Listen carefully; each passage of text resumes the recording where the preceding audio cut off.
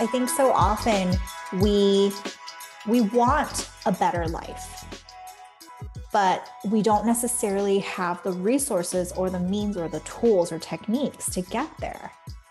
And coaching and mindfulness are great tools for people to start this process and journey so that they can really become more empowered.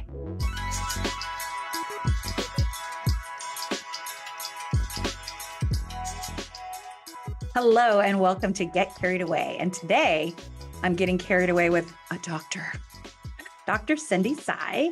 She is an author, TEDx speaker, mindfulness teacher, wellness and life coach. And in her free time, she's playing golf. You can find her on a golf course. What's your batting average? What do you say for golf? I don't know. Handicap. Handicap. What's your handicap in golf? I would say maybe about 20, 25. Is that good? It's okay. It's decent. I've been playing since I was very young. I saw that. That's exciting. But I haven't really kept up with it. I also don't know very many women who play. Okay. Well, my mom is a huge golf fan. And her group of women, and they're in their 70s, and they're called the Pink Ladies. And the four of them go out. Don't get me wrong. There are times when they just pick up the ball and throw it. Taking too many strokes, I guess. You can't slow the rate of play or something like that, but you'll see them all in pink with their pink visor, their pink, the things that go on the clubs, their bags, their cart has a pink ribbon around it. And I think at the end, they drink pink champagne. So, oh my gosh, that's so fun. But enough about golf. Welcome. Thank you for joining me and getting carried away. Thanks for having me, Carrie. I'm so excited to be here. Oh, I'm so excited about your topic. Her topic is 3 must-have skills to pivot with success and ease. And I'll tell you what, during the pandemic, everyone was a pivoting princess. It almost became a drinking game. Every time you heard the word pivot, we were like, drink, because bra meetings everywhere, any Zoom calls, we were like, I'm pivoting. But I think pivoting is healthy, right? Like you need to keep growing and evolving and changing and everything. But my first question is this. If I would have talked to Cindy at 10 years old, would she have said, I'm going to be a mindfulness coach when I grow up? I don't think so. What would she have said? She probably would have said, I want to be a doctor, because that was really what I've always wanted to be ever since I was young. Gotcha. You always wanted to study medicine, be a doctor, look at the blood and all the things. Yeah. I mean, I'm not so into the procedural stuff, but I was always very health conscious from a young age. Like I would be drinking water instead of juice or soda. Like I just, for some reason, really was very interested in being healthy and well. And my father was a surgeon, so medicine was around me when I was growing up. And I thought it was a really great way to help people. And I also loved the science part of the things, how the body works and just getting nerdy about that kind of stuff. So I was like, okay, well, being a doctor makes a lot of sense. I'm just going to focus on doing that. So that was like my focus, really. I never really allowed myself to explore, so to speak. Other things. Like, gotcha. And then what made you pivot? What made you in that transition of practicing medicine think must be something more? I mean, was it your experience with your patients? What made you make the transition into entrepreneurship? Yeah, absolutely. So definitely along the way, saw many, many patients, really heard their stories, but also when I got sick myself, it really was a wake-up call. So I want you to imagine just waking up one day and not being able to see. Oh my gosh. Yeah, that's what happened to me. Oh my gosh. How old were you? I was towards the end of residency training. So I was in my late 20s. Did you know what it was when that happened? Did you have, even with your training and experience? No. So that's actually what I'm sharing in my TEDx talk, that journey, because, as a physician, the first thing I wanted to do was to figure out what was wrong. and diagnose myself. Sure. I ran through a list of diagnoses and all the things. I went to see the eye doctor and found that my prescription increased threefold overnight. Oh my gosh. Yeah. And they were like, well, this is interesting. And it's, you don't want to be interesting to a doctor. Okay? No, that's not a good word to hear. No. And so it just started this a couple days later, found out that I actually had this autoimmune condition impacting my eyes that could have led to full blindness. Wow. Yes. And so that really prompted me to slow down and to really learn to listen to my own body, right? Because our body has its own intelligence. It's always talking to us, and we need to pay attention to these messages. And so it was really in my own healing journey that I came across many different modalities in addition to Western medicine to help with healing and wellness, and specifically integrative medicine, where you really take that integrative, comprehensive approach. You look at the root cause and, you bring in different components and modalities. And it really resonated with me because I knew that I wanted to do more than just prescribe medications as a Band-Aid. Yeah, I love that. I do feel like we are very prescription heavy, right? It's like, yes, take a pill. And we're not really, I know when I see my general practitioner, I see the nurse much longer than I see her. But it is very much like, you feel like you're going through a checkbox, and there's not a lot of like, well, how are you feeling? Or like, what's your stress level? Did you experience that when you were going through your eyesight discovery, I guess, trying to diagnose that? Yeah, well, I think for me, I gave myself permission to assemble a team of practitioners who truly listened, and recognizing that it's not one size fits all. I did start taking these immunosuppressants, steroids, medications to help because it was very acute, right? Wow. So I absolutely think that there's a time and place. Western medicine has many, many beneficial parts to it, right? But I also didn't want to have to take medications for the rest of my life. Right. I could help it.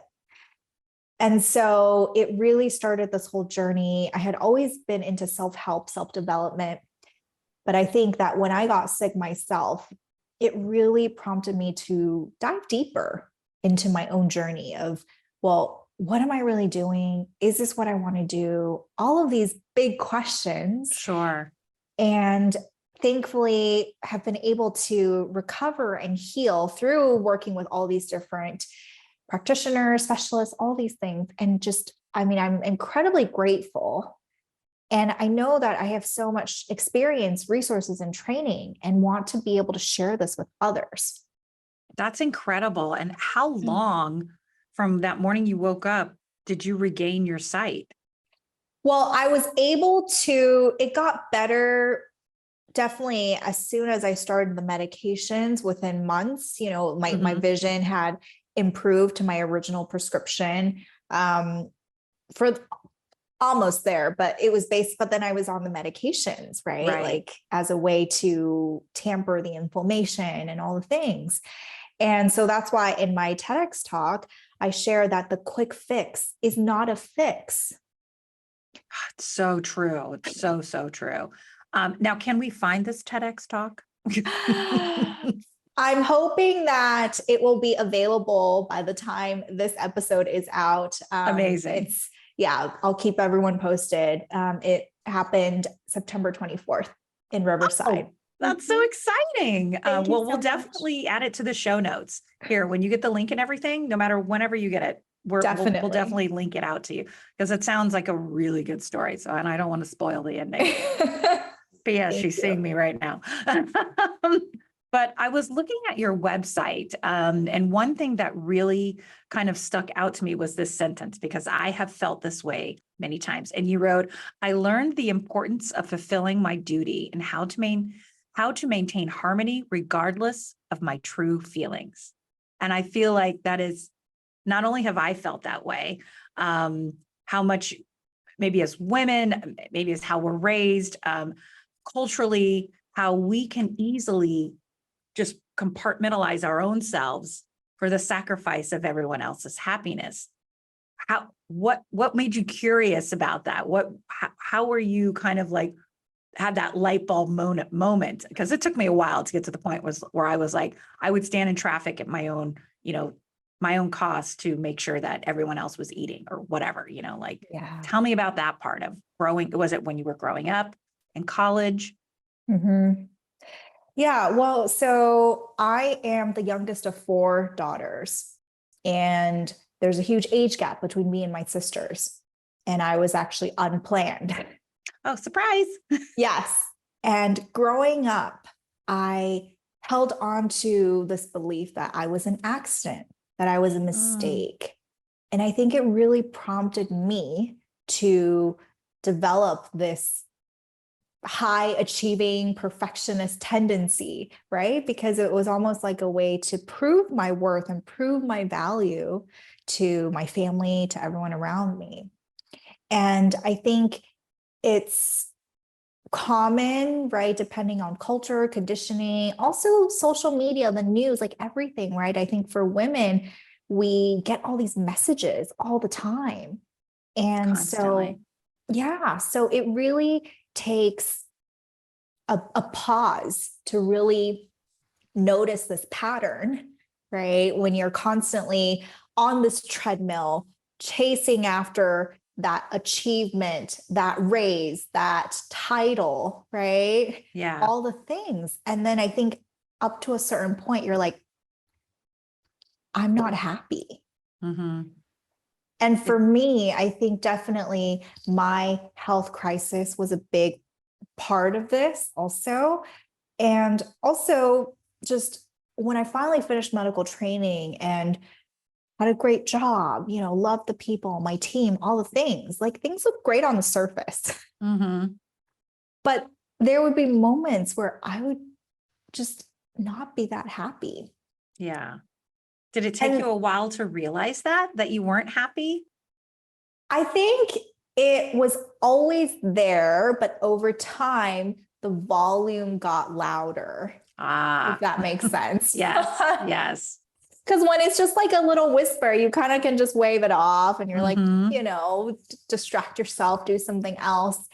And I think there's also another side of this where when you do have a lot of things going well for you, I often see clients, women say that they feel really guilty. Yes. Mm-hmm. For not being grateful or, whatever it is. Right. Mm-hmm. And it's about honoring who you are and giving yourself permission to explore that piece. Right. Yeah. I think I see that among, I'm a former teacher, so it was something I loved getting into. And then when I became a principal, I did not love it, but everyone kept telling me, you're such a great principal. You're so good. And I kept thinking, why don't I love this if I'm so good at it? Yes. Oh, well, but I eventually left because that, like you said, that voice first started as a whisper and then it just got louder and louder and louder. And to the point where I was also developing unhappy habits to kind of cope with it and everything. So I knew it wasn't sustainable, Yeah. And I think it takes courage to do this reflection and work though. So I really want to put that out there, right? For sure. It's uncomfortable because a lot of times in terms of the topic, talking about pivoting, right? A lot of times we like our comfort zone because it's comfortable, right? Yeah. It's working for us. So, well, and it feels safe, right? You feel safe in this kind of comfort, even though it's not necessarily the safest place to be mentally, well, that's good segue into your topic, so what are the 3 must-haves we've got to have in order to pivot with success and ease? I really love that you use the word ease because I think a lot of people stop, pushing themselves forward because they're like, this is going to really hurt. This is going to suck. I don't want to do it. So what do they need to pivot with success and ease, especially? Yes. Well, I talk about this in my book. It's through the 3 key pillars of the inspiring success story method. So the three pillars are number one, calm, number two, confidence, and number three, curiosity. Ooh. So breaking it down a bit, calm is about regulating your nervous system so that you can be grounded and secure, right? As we mentioned earlier, a lot of times we stay in our comfort zone because it feels safe, right? Our brains are wired for survival. That's physiologic, right? That's biology. Sure. And so when you're trying to pivot and do something new, it's scary.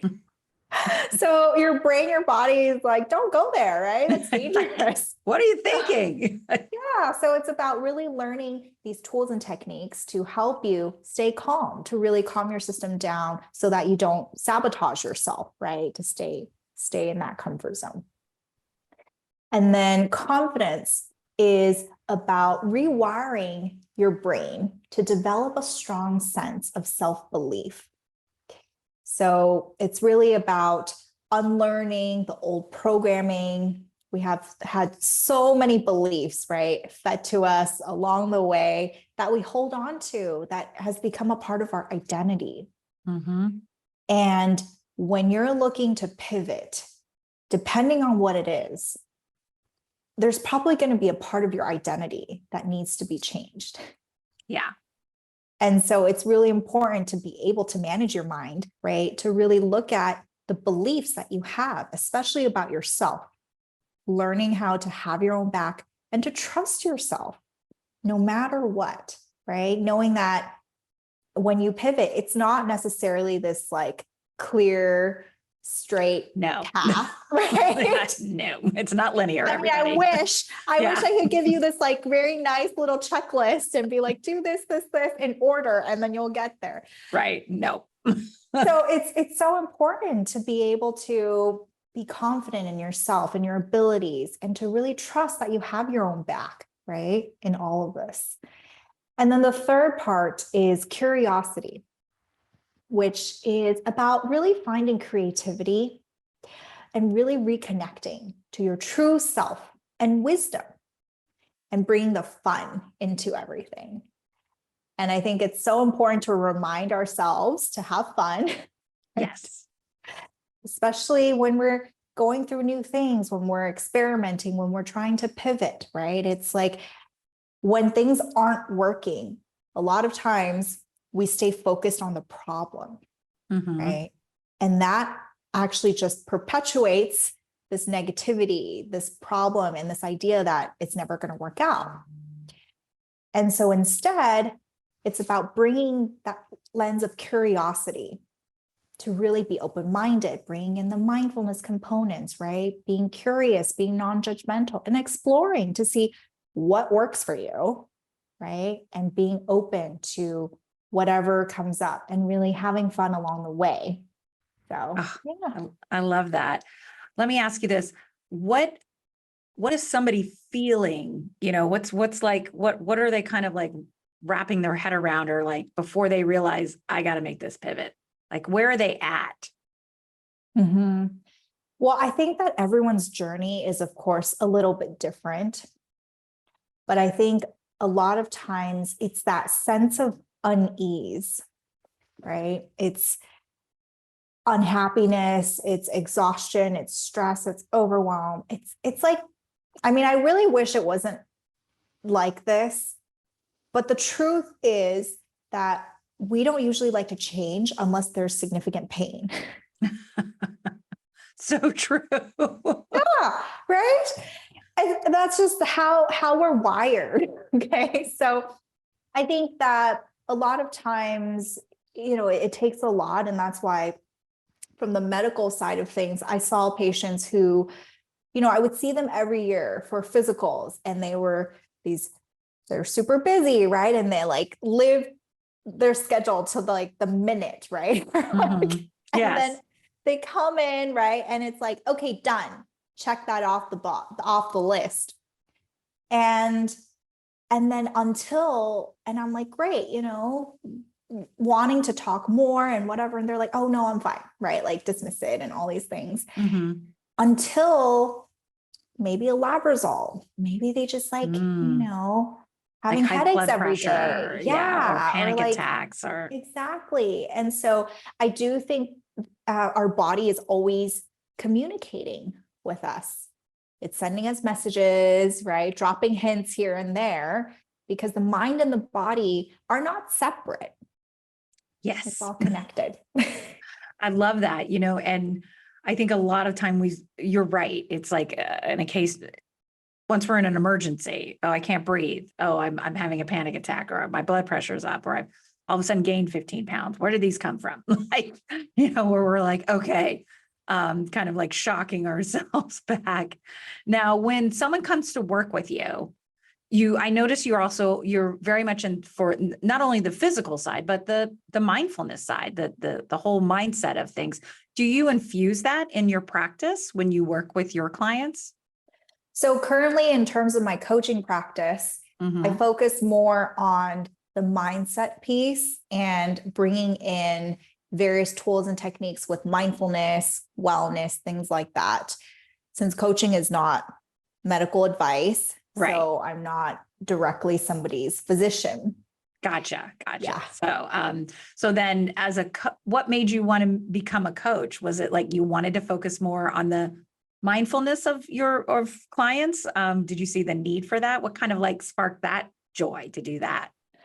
Yes. So it was because, well, first off, coaching helped me so much personally. I think a lot of coaches get into coaching after finding a great coach. Yes. I think the same is true for teaching. Every Right? teacher has a teacher. They say, oh, I love Mr. Matroni. Yeah. I love this teacher. Yeah. So I found coaching a couple years back, and I had been going to therapy for a while and really appreciated it, thought it was a great support and all the things.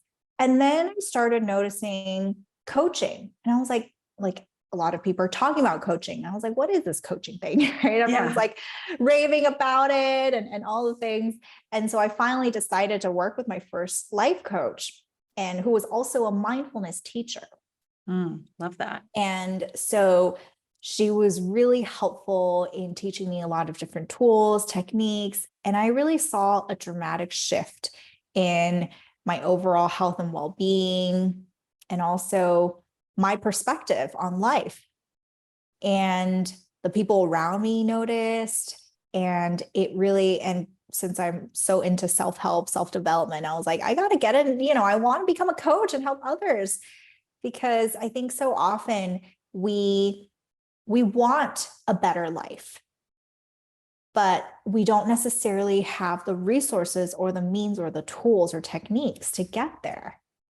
And coaching and mindfulness are great tools for people to start this process and journey so that they can really become more empowered and learn to advocate for themselves. So it really, just made so much sense for me to become a coach. And I just love it. I'm so grateful to be able to do it. And I just want everyone who's listening to know that if you're thinking like, oh, everything she's saying is right, you're worth it. Let me just get the imposter syndrome out of the way right now. You're worth it. Find Dr. Cindy or someone else. Now, just like if someone is listening, like, how can they work with you? Is there a wait list? Like are you one-on-one group coaching? How does your coaching program work? So I primarily work with clients on a one-on-one coaching basis. I do have group coaching programs from time to time, and they're always a lot of fun, just having that community of women. And, there's something about knowing that you're not alone. Right? Yes, it's validating. It is. Yeah. So I would say the best way is to visit my website at cindytsaimd.com. And there's some more information in terms of the latest programming and offerings, and reach out. I'm available. I'm on all the social media platforms, and I'm always happy to connect and share. But in the meantime, they could get your book. Yes. Tell us about the book. Absolutely get my book. The book is titled, it's right here. Oh, there it is. So much better. So much Life-changing better. strategies to develop a calm confidence and curiosity. Yes. Love it. Yes. Yeah, so this is a really good starting point. It is available on Amazon and Barnes and Nobles. And so I wrote the book because I kept seeing the same things come up again and again with all the different clients I was working with. And I was like, well, it would be really helpful if I just wrote it all out and shared it in a very concise manner. And so I say it's a book based, a self-help book based in mindfulness. And I share a ton of tools, techniques, exercises for you to start this process and journey to really improve so that your life can be so much better. Oh, I love that. And we're also going to put the link to the book in the show notes too. I bought it and I'm excited to read it. Is there also an audiobook available yet? That's the plan. Okay, I'm good. hoping to do one before the end of the year. So stay tuned. Okay. Well, that's good to know. And we got the TEDx talk coming out. A lot of great, exciting things happening for you. I'm excited how all of this is coming together, which brings me to my next question, because I have a lot of entrepreneurs that are kind of budding life coaches or budding off authors and everything. What kind of like pushed you to be like, I think there's a book here? What made you have the discipline to do it? So I actually wrote the book. I wrote the book in like a month. Wow. Yeah, it just flowed through me.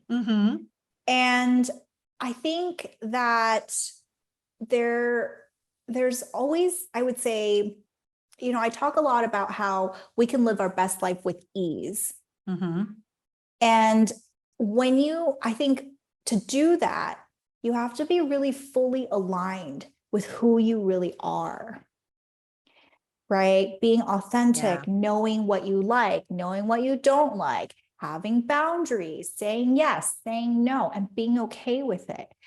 And so for me, at the start of the year, I had set some goals, including write a book, including give a TEDx talk. And I'm very grateful these things have happened very smoothly. And I think it's just important to know that you can't, I mean, sure, you can try to force things and hustle, but that's, not what I want to recommend. No, don't do that. Don't burn out. Right. But it's about really being honest with yourself. Right. Like I really, as I write in the book, reason I'm so passionate about helping people, women especially, learn how to take better care of themselves, learn how to be well. It's because only when you're well can you do your most important work in life, which is to share your gifts, to make the world a better place. Like we all have our own gifts. And I think a lot of entrepreneurs, business owners, especially when you're starting out, I know for me, having no background training in entrepreneurship, marketing, sales, none of that, it was scary to be like, oh my God, this whole new world, like so much going on. And so it can be, you can look at other people, what they're doing and be like, oh, I should do that or this and that. And that can be really distracting. And it can also be really stressful. So I would say that, even though I think everyone has really amazing, important stories and wisdom to share. But I would say the most important thing is to make sure it's aligned with who you are, right? Yeah. Do things that feel good to you. And give yourself permission to do that, right? It's like, if you don't like to write, then don't write a book, maybe do an audiobook, right? Like do a podcast. Yeah, exactly. Like there's so many other ways, like you get to make it your own, right? So that's how you can shine. Yeah, that's really, really good advice. I think a lot of times when people are starting out, especially women, we have to do all the things. And it's just, and I'm very much against the hustle mentality of approach and everything. I believe we should be more intentional and things and take the time. And I found that the money will flow if you put in the intention, right? If you take the time, it's not going to flow if you're frantically running around like, I got to do that. I got to post on social. Like I got to respond. Take your time, you're everyone. Not actually present, right? When you're just like running around. And then when you're not fully present, you're not able to show who you really are. And I think when you're talking about business and sales, you will attract the people who are meant to work with you. Absolutely. Right? When you're Absolutely. able to be who you really are. Mm-hmm.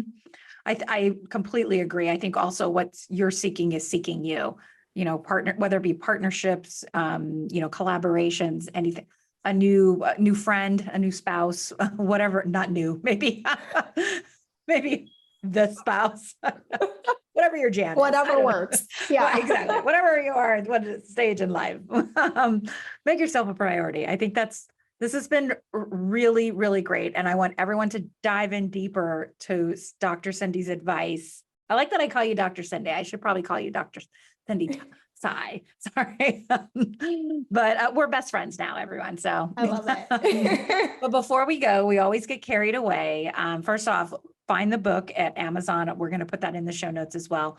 CindyTsaimD.com for the website, and it'll all be in the notes. So if you're driving right now, don't look at your phone, wait to park and then click the link. But let's get carried away. Now, during the pandemic, everybody kind of developed new habits, discovered new things. Some people were baking, some people were sewing, some people were doing TikToks, like what's something you got carried away with or that you just love to do that some people can't really quite understand? Something new during the pandemic? Anytime. What's something you love that people are just kind of like, okay, that's a Cindy thing. I recently came across this arts and craft thing called diamond art. Oh, I don't know if you've heard of it. No, what is this? Well, it sounds fancy, but it basically is where they're like tiny beads and you literally glue them onto this printed poster paper and create this so it has a texture on it then if they're made with beads. How big are the beads? Are they really tiny? They're tiny. They are let me see if I have so it's kind of sparkles. I mean, I'm still in process because it's like you literally do like one at a time. Yeah. Wow. But it was very meditative, actually. It's like kind of a mindless thing to do, but you're also like focused because you're like wanting to get it to the right spot. Yeah. Nobody's ever said that. You're the first person to say that. Yeah, I found it when I was like strolling through Michael's, and I was like, I just want to do something like creative, but not necessarily get my hands dirty. You're right, messy. Right. No, I do. First off, Michael's is very, very dangerous for me, especially this time of year leading up to Halloween. But I do the same thing. I'm like, I'm going to bake a cake and I'm going to use all of this fondant and I'm going to do all these. I'm going to be a floral designer. I'm going to make. I love it. And they always have good coupons. So it's hard. It's hard. Yeah, Michael's every time. Should be a sponsor of this podcast as much as I go there. Oh my gosh, I love it. I'm going to look it up. And now my opposite question, the opposite side of getting carried away. What is something that people are obsessed about? They get really, really crazy but you can't really wrap your head around. I'll give you an example. I can't stand tomatoes. I cannot stand tomatoes at all. People love tomatoes. I don't like tomatoes and I don't like camping. People love camping. They like bringing tomatoes camping, I'm sure. But those are my two things.